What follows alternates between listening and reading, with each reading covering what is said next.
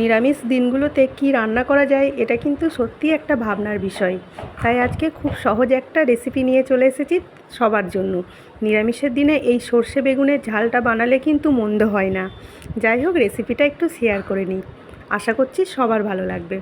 তো প্রথমে বেগুনগুলো ভালো করে কেটে ধুয়ে লবণ, হলুদ আর অল্প চিনি মাখিয়ে রেখে দিয়েছি। বেশ কিছুক্ষণ রেখে দিয়েছিলাম যাতে বেগুনের মধ্যে নুন হলুদটা ঢুকে যায়। তারপর যে জলটা কেটেছিল জলটা ভালো করে ফেলে দিয়ে বেগুনগুলোকে একদম শুকনো শুকনো করে নিয়ে গরম তেলে ভালো করে ভেজে নিতে হবে। আর একদম লাল লাল করে ভাজতে হবে, গ্যাসের ফ্লেম হাই রেখে, যাতে একদম বেগুনটা গলেও না যায় আর ভাজাও ভালো হয়।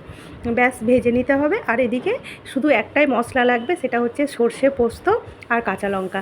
ব্যাস খুব সামান্য উপকরণ দিয়ে সুন্দর একটা বেগুনের ঝাল তৈরি হয়ে যাবে আর সবার খুব ভালো লাগবে। গরম ভাতে নিরামিষের দিনে কিন্তু এই একটা উপকরণ দিয়েই এক থালা ভাত অনায়াসে খেয়ে নেওয়া যাবে। যাই হোক, রেসিপিটা খুবই সহজ। আর রেসিপিটা দেখে তোমাদের কেমন লাগলো অবশ্যই জানিও। আর এই বেগুন ঝালটা কে কে বানাও বা কে কে বানিয়েছো সেটাও অবশ্যই জানিও। এভাবে বেগুন সুন্দরীও এটাকে বলা যেতে পারে, কিন্তু আমি বেগুনের ঝালই বলে থাকি। যাই হোক, এটা আমি কিন্তু প্রায়ই বানাই।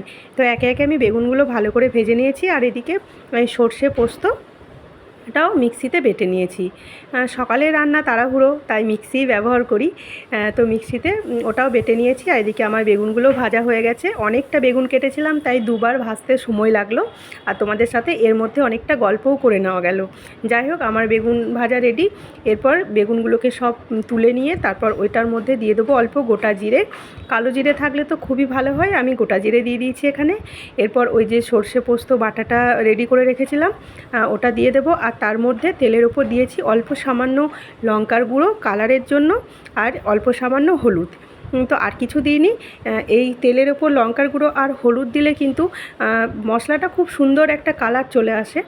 তো ব্যাস, এরপরে ওই যে সর্ষে পোস্ত বেটে রেখেছিলাম ওটাই দিয়ে দেবো।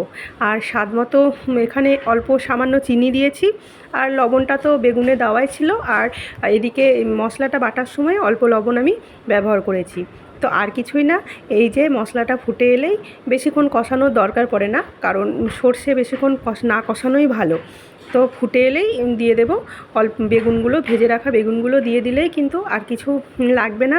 মোটামুটি বেগুনের ঝাল খুব সহজেই বানিয়ে নেওয়া যাবে।